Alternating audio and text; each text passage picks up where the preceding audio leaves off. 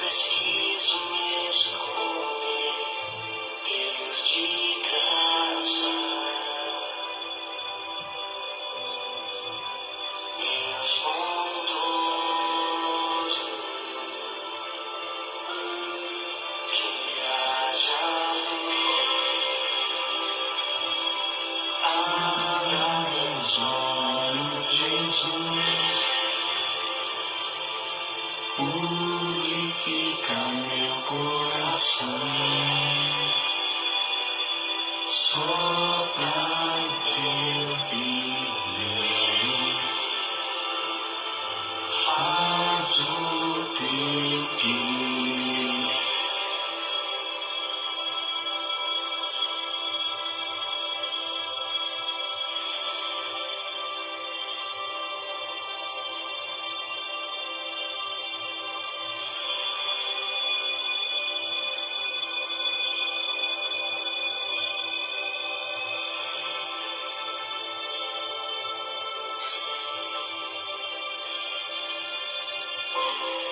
Sem limite ao seu amor,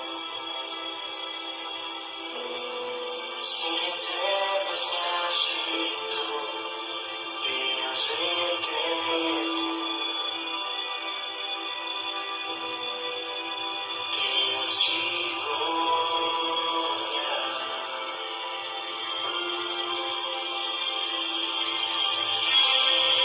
Quando a cruz dele pesou, foi em mim que ele pensou, Deus de glória, Deus eterno,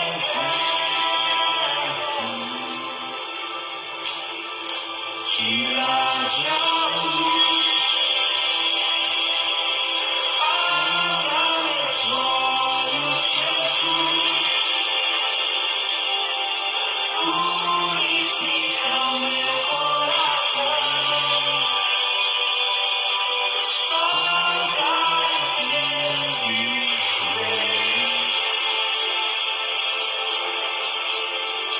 que haja luz,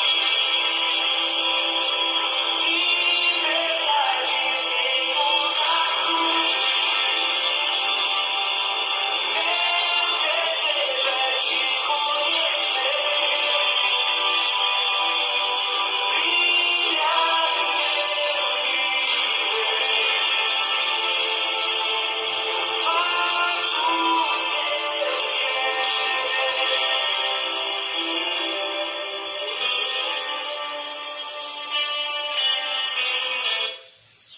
Bom, amados, bom dia a todos, a paz do Senhor Jesus Cristo. Faz um tempinho, né, que eu não venho aqui continuando com as meditações, devido, né, aos horários de trabalho. Tem outros temas também para ser feito, né, temas aí importantes, né, visto que estamos vivendo na palavra de Deus, cumprindo as profecias. E eu tenho ido também muitas vezes agora, tempo atrás, nas ruas. Geralmente todas as minhas folgas eu costumo ir para as ruas, né?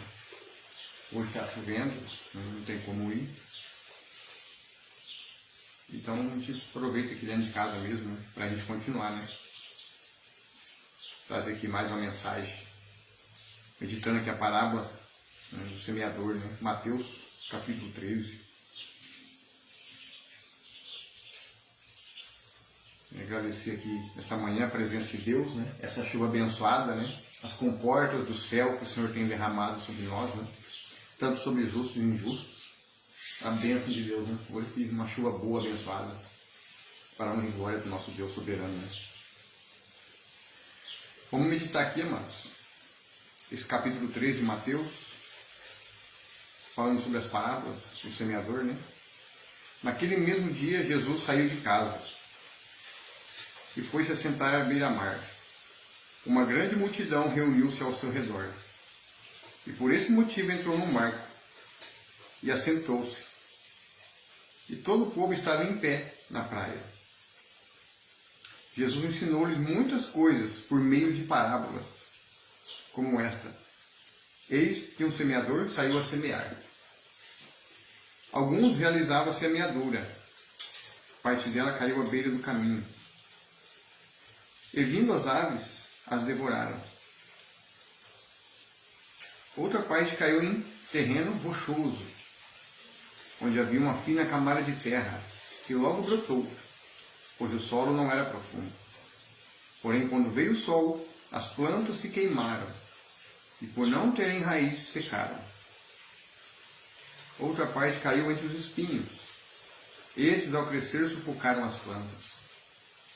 Contudo, uma parte caiu em boa terra, produzindo generosa colheita, a 100, 60 e 30 por um. Aquele que tem ouvidos para ouvir, que ouça. O propósito das parábolas. Então o discípulo se aproximou dele e perguntou: por que eles falam por meio de parábolas? Ao que Jesus responde: porque a vós outros foi dado conhecimento dos mistérios do reino dos céus, mas a eles isso não lhes foi concedido. Pois a quem tem, mais se lhe dará, e terá em abundância, mas os que quase não têm, até o que tem lhe será tirado. Por isso lhes falo por meio de parábolas, porque vendo não enxergam, e escutando não ouvem, muito menos compreendem. O que o Senhor quer dizer?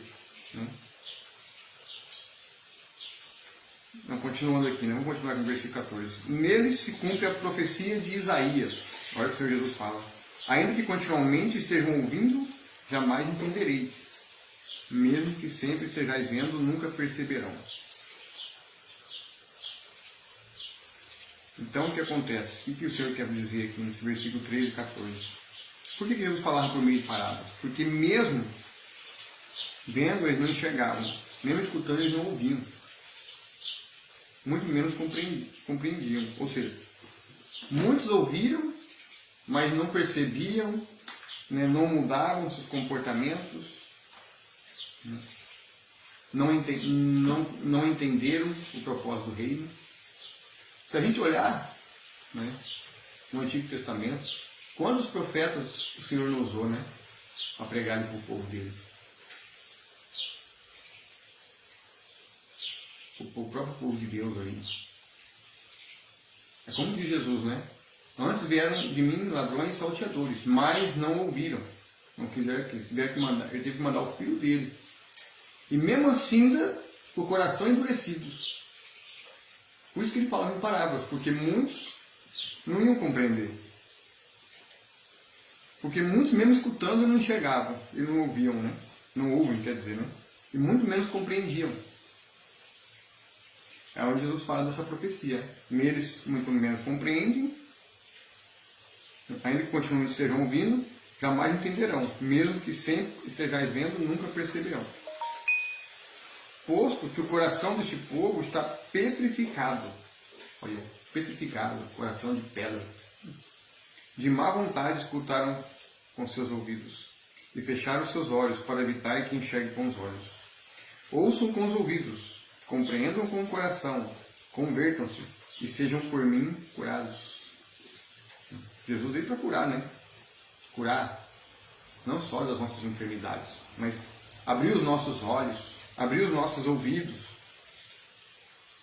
ouvidos espirituais, os nossos olhos espirituais, para a gente compreender as coisas do céu. Mais abençoados são os vossos olhos porque enxergam e os vossos ouvidos porque ouvem. Pois com certeza vos afirmo que muitos profetas e justos desejaram ver o que vós vedes e não viram, e ouvir o que ouvis e não ouviram.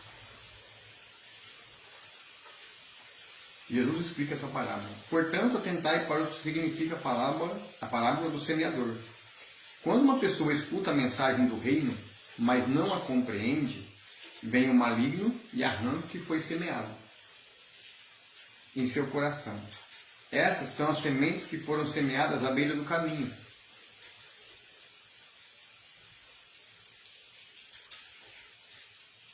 O que foi semeado em terreno rochoso, esse é o que ouve a palavra e logo aceita com alegria.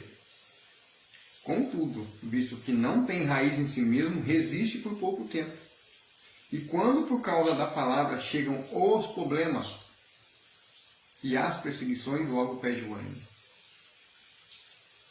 quando ao que foi semeado entre os espinhos, este é aquele que ouve a palavra. Mas as preocupações da vida e a sedução das riquezas sufocam a mensagem, tornando-a infrutífera. Mas, enfim, o que foi semeado em boa terra é aquele que ouve a palavra, a entende, este frutifica, produz grande colheita, alguns 100, outros 60 e ainda outros 30 vezes mais do que foi semeado. Interessante, né? Aquela que foi semeada em terra boa, ele ouve a palavra e entende. Este frutifica e produz grande colheita, alguns 100, outros 60 e ainda outros 30, alguns vezes mais do que foi semeado. Por isso que é importante, quando você pregar a palavra. Porque quando você vai num local onde tem muita gente, alguém ali vai ouvir a pregação, a palavra. Em alguém, ela vai entrar.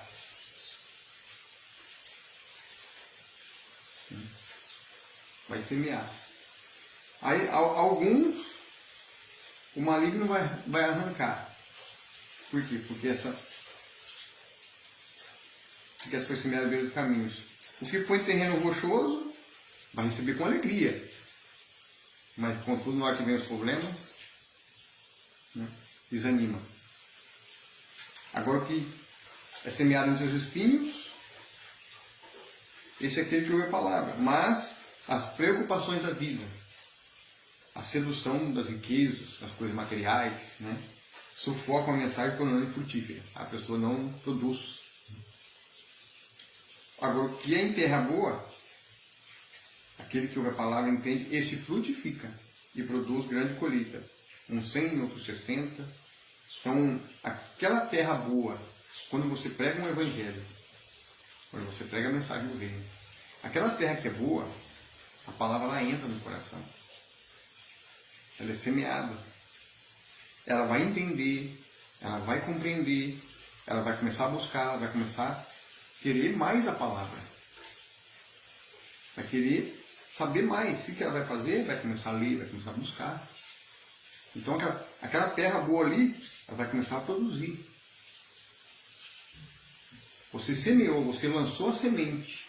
Aí o Espírito Santo vai enchendo aquela pessoa. Ela vai querer buscar mais a palavra, buscar mais a presença de Deus, buscar mais a presença do Espírito Santo. Então a semente vai frutificar nela. E ela vai produzir uma boa árvore, né, que dará bons frutos. Muitas vezes, amados, as pessoas falam assim, não vale a pena ficar perdendo tempo pregando na rua, não. Para que eu ficar perdendo tempo pregando na internet? Tem pessoas que pensam assim. O povo não quer saber de ouvir, não. Mas às vezes, uma terra boa ali. Tem muitos que vão entrar a palavra, que vai ser semeada, ela vai ser geminada através do Espírito Santo, né? Porque é o Espírito Santo que vai convencer o homem do pecado e da justiça, vai fazer ela buscar mais a Deus, vai querer fazer nela interesse em buscar ler as Escrituras, buscar conhecimento na palavra, né? Se preencher mais da presença de Deus, né? É como diz o Senhor diz na palavra, né? Nem só de pão vive o homem, mas a palavra que sai da boca de Deus. E quanto mais a pessoa vai buscando, mais conhecimento, e aquele conhecimento que ela adquire da palavra, ela começa a colocar em prática, começa a dar frutos. As pessoas que estão em volta dela ali, vai perguntar, o que essa pessoa está fazendo, né? Nossa, a pessoa mudou. Olha a situação da pessoa. Para quem estava lá nas drogas, olha onde ela está. Para quem estava lá na bebida, olha onde ela está agora. Para quem estava no lamaçal, olha, ela frutificou. Essa deu bons frutos. Essa foi a terra boa. Às vezes, por causa de uma terra boa, ela pode ganhar muitas terras boas. Aí muitas pessoas falam, para que eu vou perder tempo? Para que eu vou fazer esse trabalho de evangelismo? Mas às vezes, uma terra boa ali, que é plantada a semente, uma pessoa ali que ouve aquela palavra, e ela entende, ela compreende, ela vai lá na Escritura, ela vai e prova, Eu falei, nossa, aquilo que o rapaz pregou, aquilo que aquele pregador pregou, está aqui mesmo, escrito na palavra. Aí o que acontece? Aquela semente, ela vai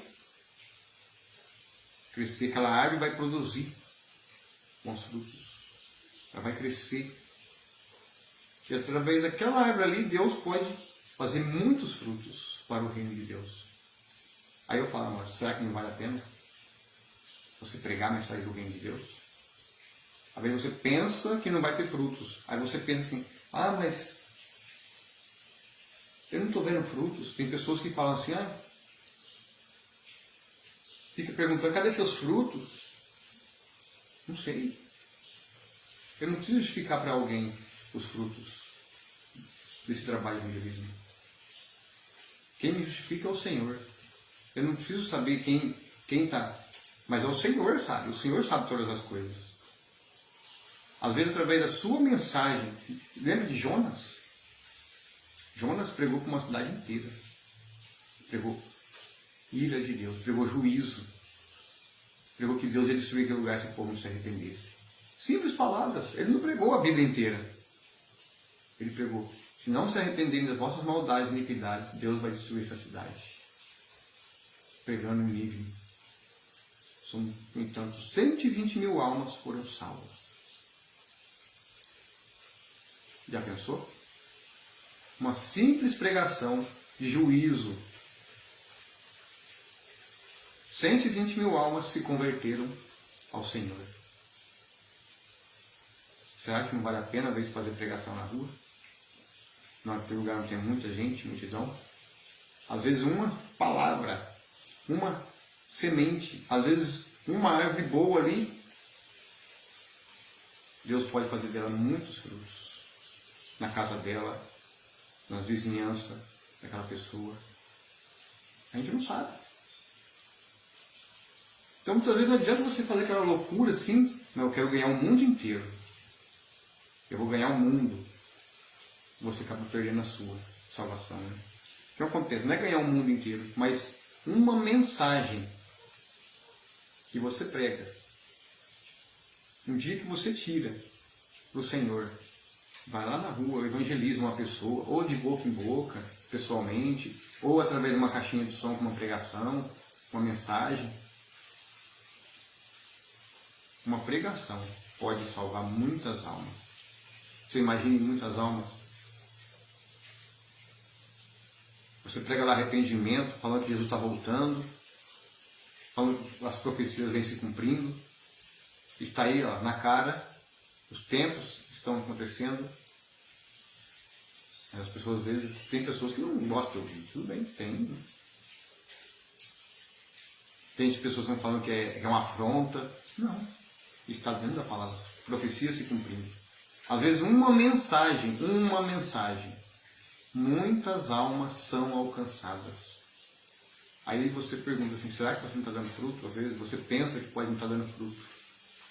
Mas uma mensagem ali de arrependimento frutifica. Uma palavra de conforto que você dá para uma alma que às vezes está numa depressão. Ela pode ser curada da depressão. Vai fazer o interesse em buscar a Deus. Buscar o Senhor em espírito, em verdade. E aquela alma é curada e liberta. Porque a palavra de Deus, o Espírito Santo de Deus vai encher ela e vai tirar todas aquelas coisas ruins da cabeça da pessoa. É uma palavra. É uma simples palavra. E pode dar um ânimo para a pessoa. Aí muitas pessoas falam, vale a pena fazer evangelismo? Vale a pena pregar nas ruas? Vale a pena daqui pregar na internet, nas redes sociais? Porque hoje é o que tem mais alcance. Hoje não tem quem não tem acesso à internet. Vale, irmãos. Vale a pena sim. Porque são muitas almas. Uma palavra que faz a pessoa voltar para Deus, começar a ler as Escrituras, começar a buscar o Senhor em espírito e em verdade. Pode ter certeza. Muitas almas são alcançadas para o reino.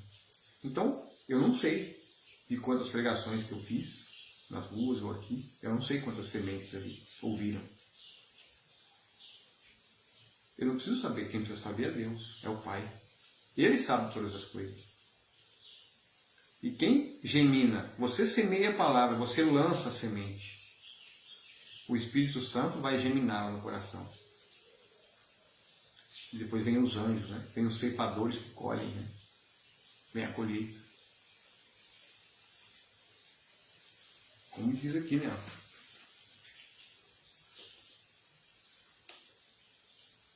Aí vem a colheita, né? Continuando aqui, Jesus contou outra parábola. O reino dos céus é semelhante a um homem que semeou boa semente em seu campo. Entretanto, quando todos dormiam, chegou o inimigo. Ele lançou o joio no meio de trigo e seguiu o seu caminho.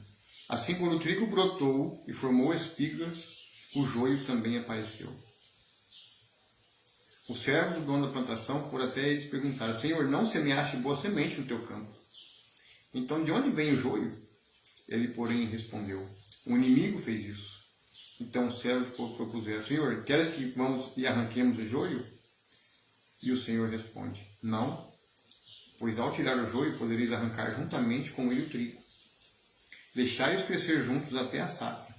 E no tempo da colheita direi aos ceifeiros: primeiro juntai o joio, amarrai os feixes para ser queimado, mas o trigo recolhei no meu celeiro. Então, o que o Senhor quer dizer aqui? Ele fala que o reino do céu é semelhante ao trigo e o joio também. Quanto que o inimigo tem plantado hoje dentro das igrejas?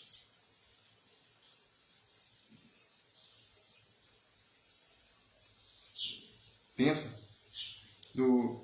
da igreja. Quantas sementes, quantos joios, pessoas malignas, pessoas más.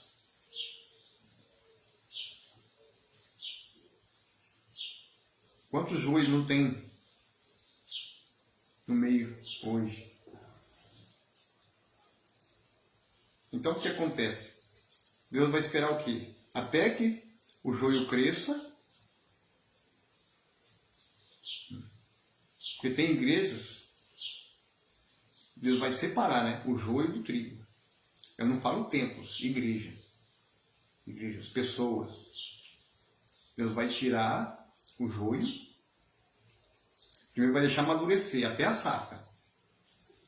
O que ele vai fazer? Ele vai arrancar o joio, vai juntar e vai lançar no lago de fogo.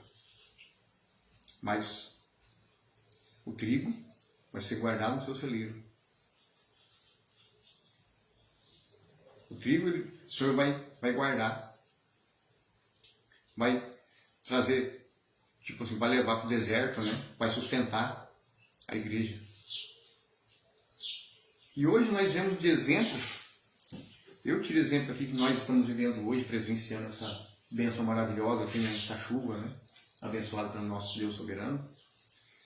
Mas que estamos passando tantas lutas, tantas dificuldades, dependendo das circunstâncias da vida, devido, sabendo que a palavra de Deus vem se cumprindo, as profecias vêm se cumprindo. Você vê quanta maldade ainda tem no meio das pessoas, quanta malignidade, falta de amor, falta de respeito pelo próximo. O que o Senhor vai fazer? Não. Os meus eu vou guardar, eu vou sustentá-los, mas o joio eu vou arrancar.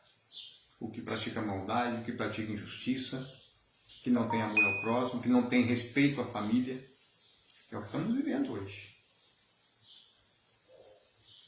Quantas separações não tem acontecido? Deus permite às vezes essa separação, para separar o joio do trigo. Quantos divórcios não tem acontecido? Muitas vezes o inimigo entrou, ele semeou.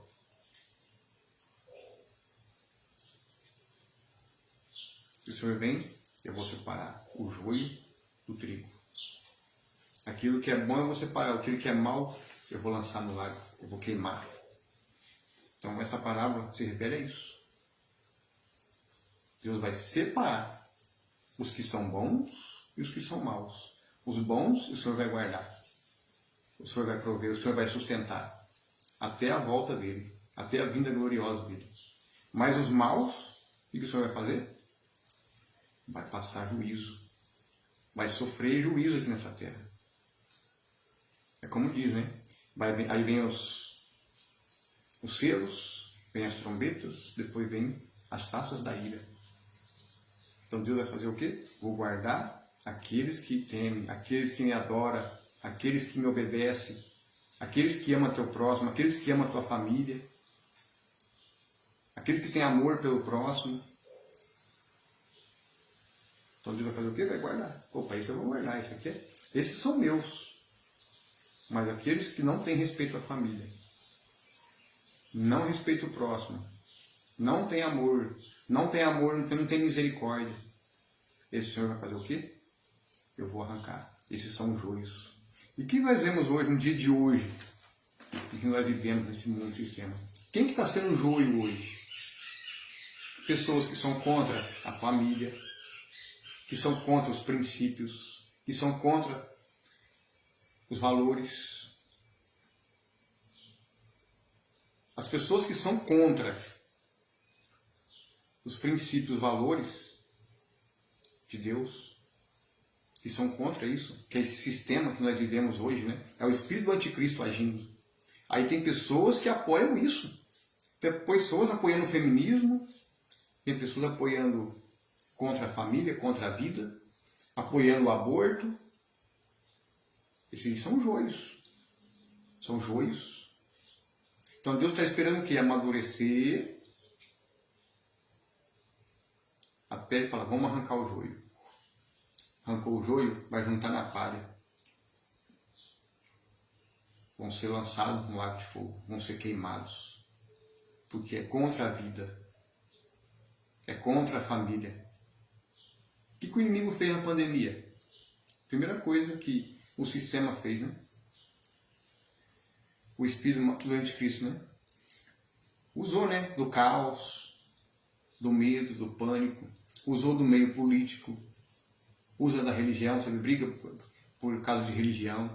Então vê aquele país Hamas, aquelas brigas por aquelas terras. Briga por causa das suas religiões. Ou briga por causa de político. Pessoas que brigam por causa de político. A mesma coisa quando a pessoa tem um fanatismo por futebol. Briga por futebol. Ah, meu time é não sei o quê. Gente, o inimigo faz isso, dividir. Causar divisão. Ele divide. Ah, mas por que Deus permite? Para saber quem é o joio e para saber quem é o trigo. Para saber aquele que realmente está levando a sério a palavra de Deus, pregando o reino, para saber aqueles que estão brincando com a palavra de Deus. Para benefício próprio, para si próprio. Né? Não tem amor às almas, não tem amor ao próximo, não tem amor nem a si mesmo. Né? Então Deus vai esperar, vamos esperar amadurecer, crescer. Bom, esse aqui é mau, vamos separar. Tem os anjos, é onde vai entrar no final dos tempos, quando os anjos selarem o seu povo. É onde fala os 144 mil. Os 144 mil serão selados. Aqueles que não se corromperam. Aqueles que não negaram o seu nome, que permaneceram firmes até o fim. Então Deus vai selar. Deus vai. Aí quando tocar lá a trombeta, não danifique o azeite nem o vinho. Ou seja, não danifiqueis nem as plantas, acho que é no quinta trombeta que fala isso. Vamos ver aqui. Vamos ver o que a palavra fala.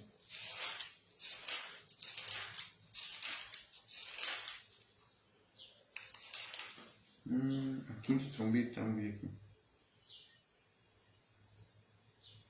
Aqui, ó. É a quinta trombeta que fala aqui, ó. Observei uma estrela que havia caído do céu sobre a terra. Aquela estrela foi entregue à chave do poço do abismo. Assim que ele abriu o poço do abismo, subiu dele fumaça como a de uma colossal fornalha. O sol escureceu a fuligem que saiu do abismo. Dessa fuligem saíram gafanhotos que vieram sobre a terra e foi concedido poder com escorpiões da terra.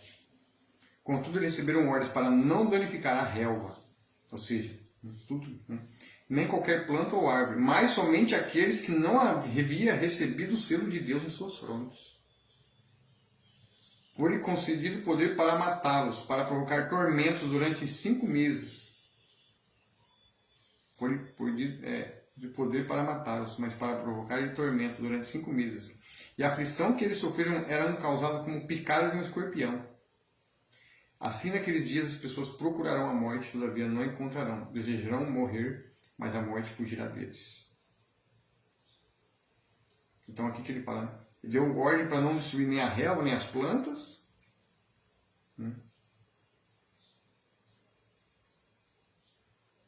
Mas, tão somente aqueles que não haviam recebido o selo de Deus. Aqueles que não receberam o selo. Aqueles que não têm o Espírito Santo. Então ele vai ser tormentado durante 5 meses. Então é a mesma coisa, né? Fala aqui na parábola, né? Então, o joio, né? O joio que resiste ao chamado de Deus, que resiste à palavra. Já pensou? As pessoas que estão resistindo a Cristo ainda, que ainda continuam a glorificar a outros deuses, em vez de glorificar o Senhor. Enquanto as pessoas estiverem resistindo ao Senhor Jesus, resistindo a Cristo,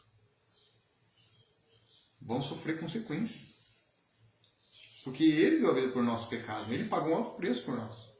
E esse Espírito de Deus vai permitir agir para que aqueles que o rejeitam sofram até que se arrependam dos maus caminhos, até que se arrependam das vossas iniquidades. E mesmo assim muitas pessoas não se arrependem. O sol está muito quente e murmura, mas não glorifica a Deus. O sol estava pegando fogo e ninguém glorifica. As pessoas começam, ai que calor, nossa, está muito quente. Aí começa a murmurar, esse Deus, né, que manda chuva. Aí as pessoas começam a murmurar. Dá glórias em tudo, amado. Seja no sol, seja na chuva, seja no frio, seja no calor. Não importa a tempestade, dê glórias a Deus, dê graças em tudo. Aí as pessoas vão lá e são ingratas. Aí olha que bênção maravilhosa. A bênção no céu, né? Chuva abençoada que Deus manda. Aí as pessoas falam, mas está chovendo demais. Agora não para, chove demais. Tem gente que é assim. A gente tem que dar graças em tudo. Não importa a circunstância da vida. Lembra de Jó, que perdeu tudo, mas no entanto foi fiel a Deus até o fim? Deus permitiu que Satanás tocasse nele, mas não tirasse-lhe a vida.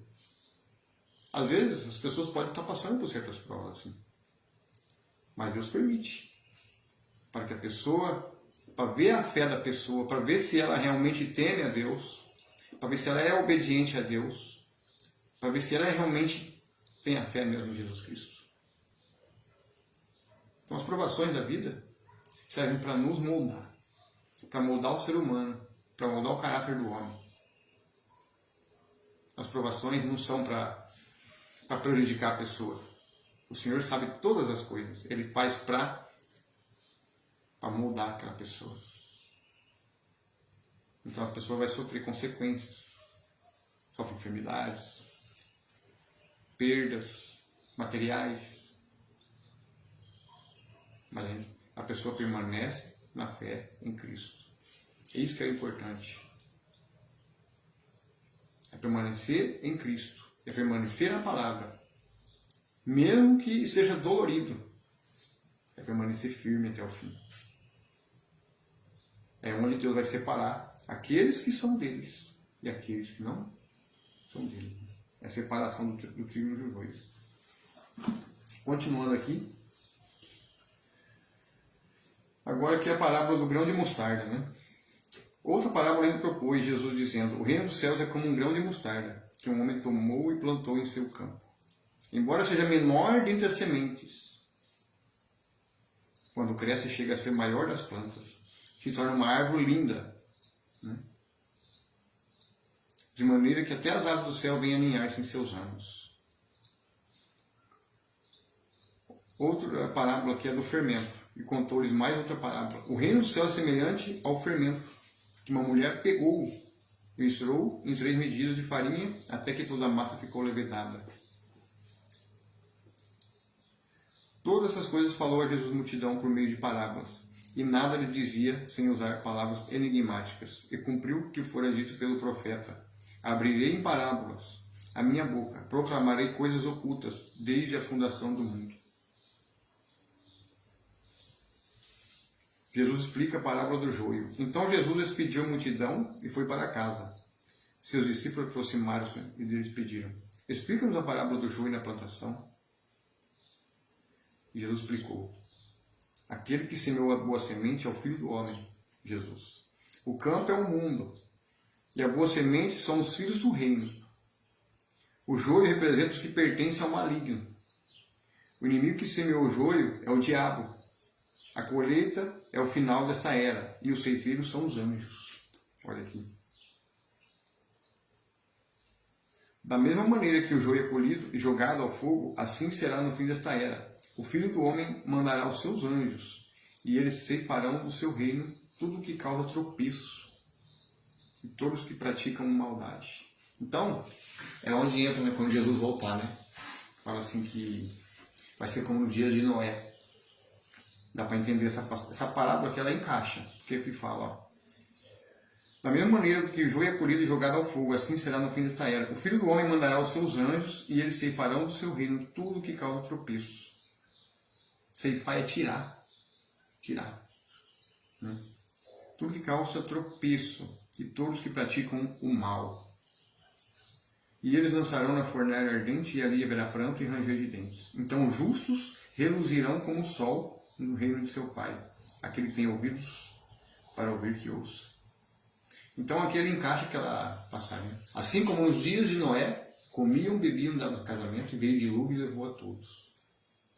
Quem é que o dilúvio levou? Levou os justos ou levou os maus? É uma pergunta, né?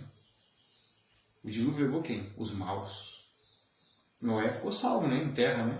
Você pode ver que ele ficou dentro do barco, os animais, a família dele, até que a água baixou, depois ele voltou ali, né? Então o que vai acontecer? A mesma coisa. Quem que o Senhor vai ceifar? O mal. Vai arrancar o mal. Quando ele vir na sua vinda gloriosa sobre as nuvens, o que ele vai fazer? Com o sopro da sua boca vai destruir Satanás e seus anjos. E todos aqueles que resistirem até o fim, esses serão salvos. Uns para alegria, outros para onde fala que todo joelho vai se dobrar, né? Aqueles que permaneceram firmes até o fim e vê a vinda gloriosa do Senhor Jesus sobre as nuvens, uns serão para alegria, outros para a vergonha eterna. É onde vai começar o juízo.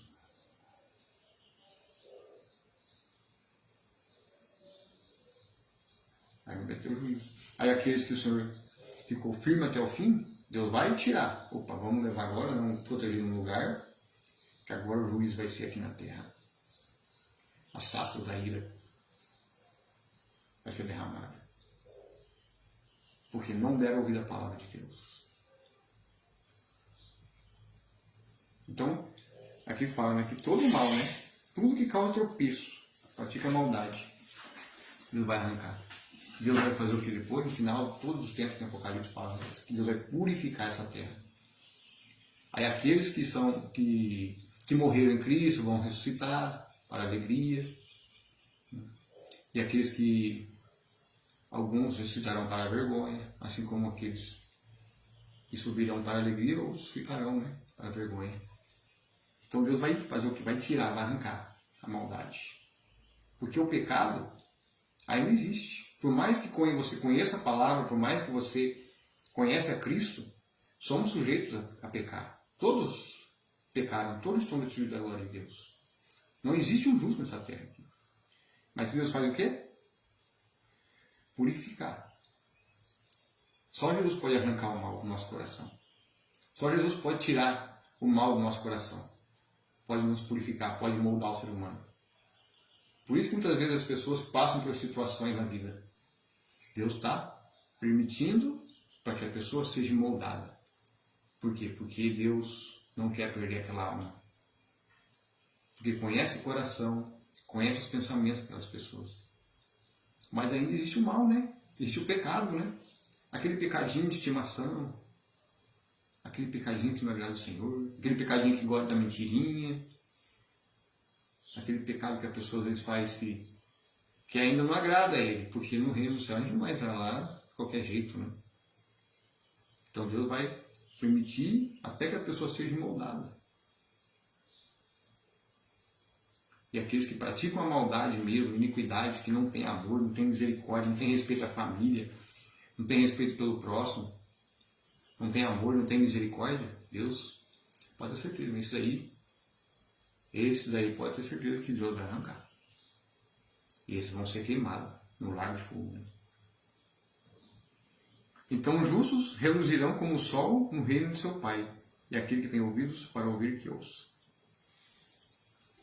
O reino dos céus assemelha-se a um tesouro escondido no campo. Certo homem, tendo encontrado, escondeu-o novamente.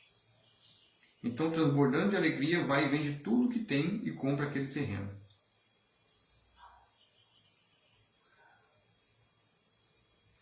Ou seja, esse terreno, amados, não é aqui na terra, né? É lá no céu.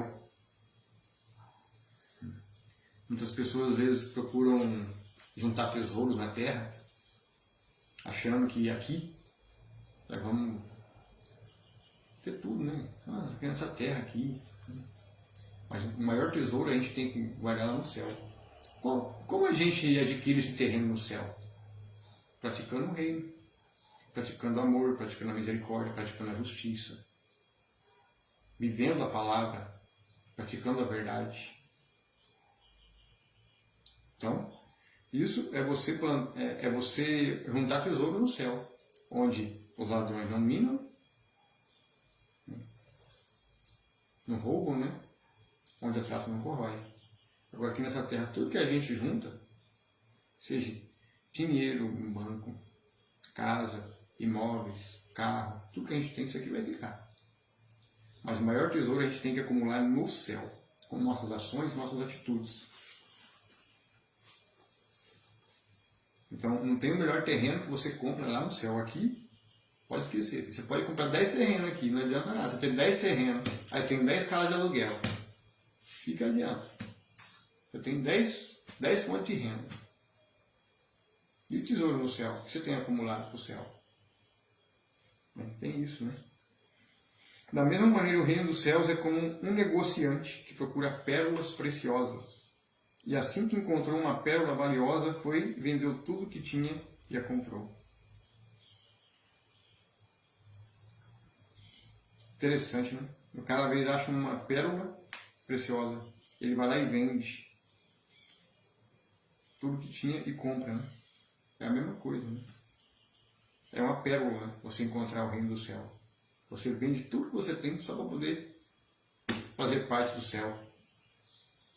Os bons e os maus peixes. O reino dos céus ainda é semelhante a uma rede que, lançada ao mar, recolhe peixes de toda espécie. E quando está repleta, os pescadores a puxam para a praia. Então se assentam e juntam os bons cestos, mas jogam fora os ruins.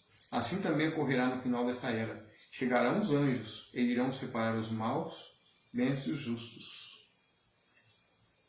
E lançarão os maus na fornalha ardente, e ali haverá ranger, grande lamento e de dentes. Então lhes perguntou Jesus: entendeste todas essas parábolas? Ao que responderam: sim, Senhor. E Jesus lhe disse: portanto, todo mestre da lei, bem esclarecido quanto ao reino dos céus, é semelhante a um pai de família que sabe tirar do seu tesouro coisas novas e coisas velhas. Havendo terminado de contar essas parábolas, retirou-se Jesus dali.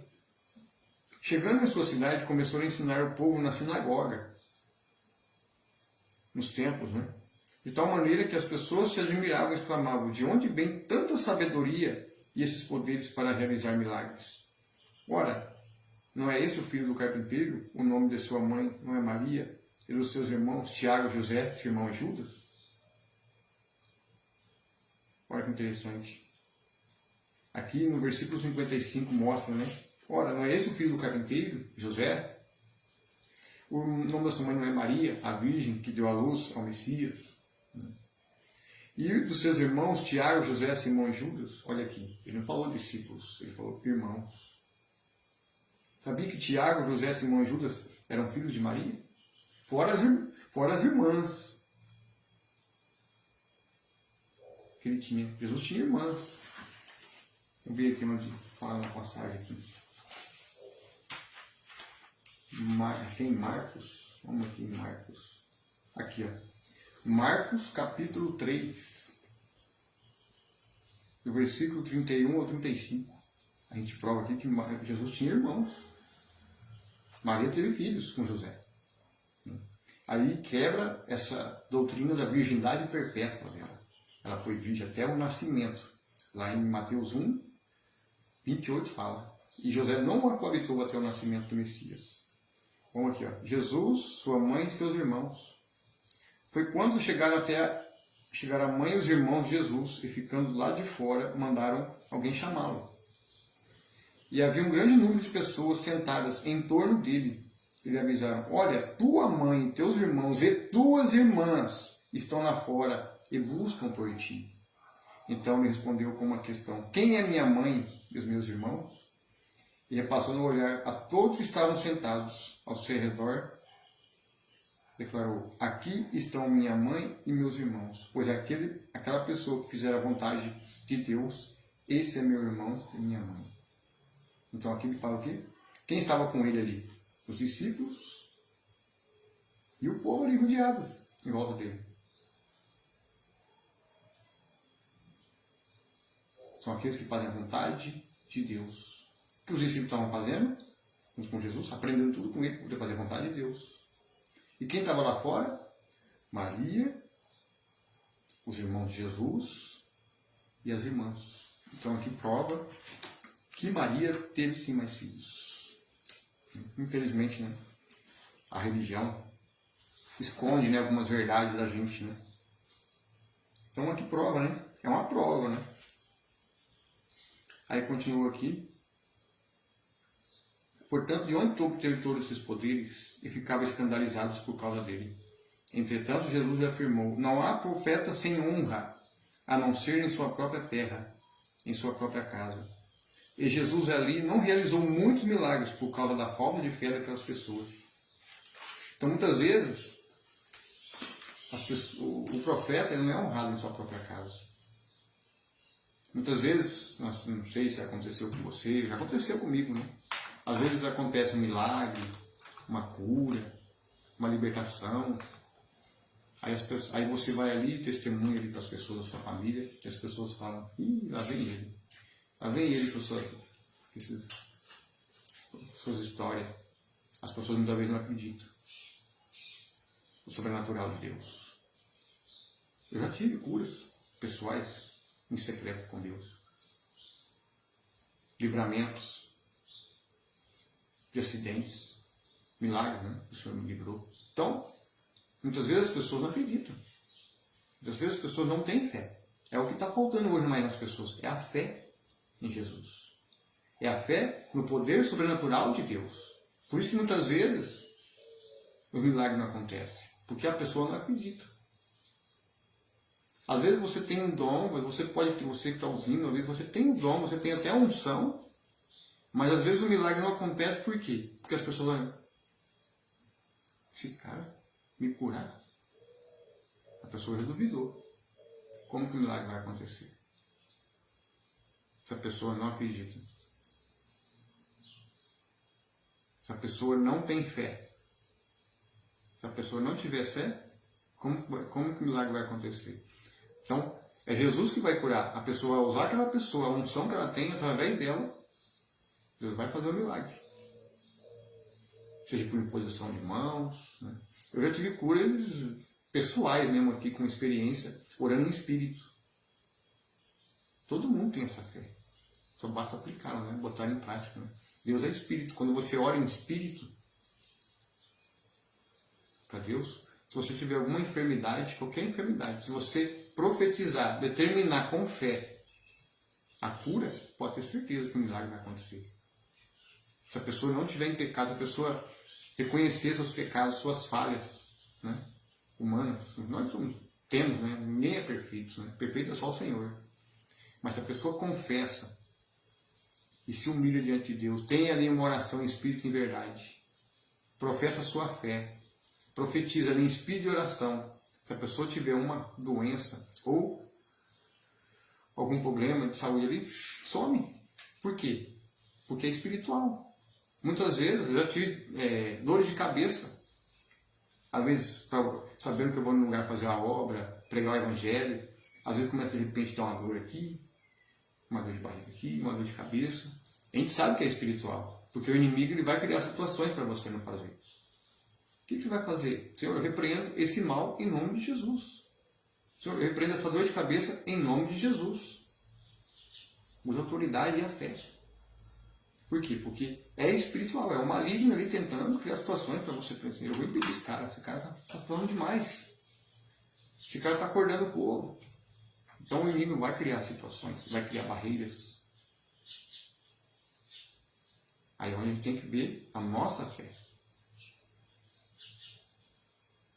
Então eu já tive experiência de cura, orando em espírito. Sem gritar, sem fazer aquele barulheiro. Não, simples aqui, de voz baixinha, do lado da cama, de joelho no chão, em espírito. Você ora em espírito. É você e Deus. Você tira todas as preocupações da sua cabeça, tudo. Esquece todo o problema. Você coloca diante de Deus.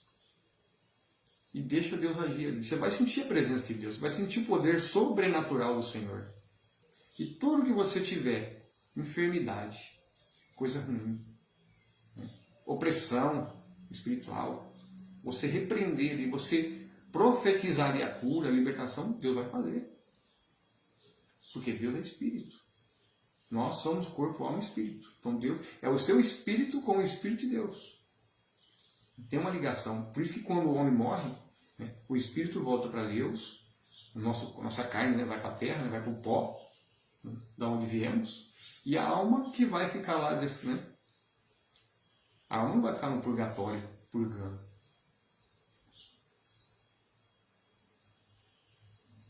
A alma não vai ficar ali vagando. Não. Tem um lugar específico. Ou vai para a mansão dos mortos, ou vai para o seio de Abraão. Aguardando o grande dia da ressurreição. Aguardando o grande dia da ressurreição. E seus corpos ressuscitarão os mortos, né? Todos os mortos ressuscitarão. Seus corpos serão glorificados. Os corpos serão glorificados. Glorificados, assim como de Jesus. O Pai se venceu a morte. Esse permaneceu firme até o fim. Mesmo que morreu, viverá. Mesmo que morra, viverá. Porque morreu em Cristo. Né? Não abandonou sua fé diante das circunstâncias. É porque cada um tem sua hora, né? A gente não sabe a hora da gente, né? Como Jesus tem a chave da vida e da morte, tem a chave de Davi. É ele que tem propriedade sobre nossas vidas, sua vida, nossas vidas. Não é o inimigo. É Deus que tem o poder, né? Ele tem a chave. Ele que venceu a morte, ele tomou a chave da morte. Agora essa chave é minha, não é mais sua. Quando Jesus venceu a morte, ele tomou a chave do inferno e falou: você não tem mais poder agora. Está sobre minhas mãos. Eu decido quem vai e quem não vai. É Jesus. Não é o diabo. É a escolha do homem, né? Se a pessoa prefere o lado mal, vai ter consequências, né? Mas aquele que prefere andar nos caminhos do Senhor, vai ter suas recompensas.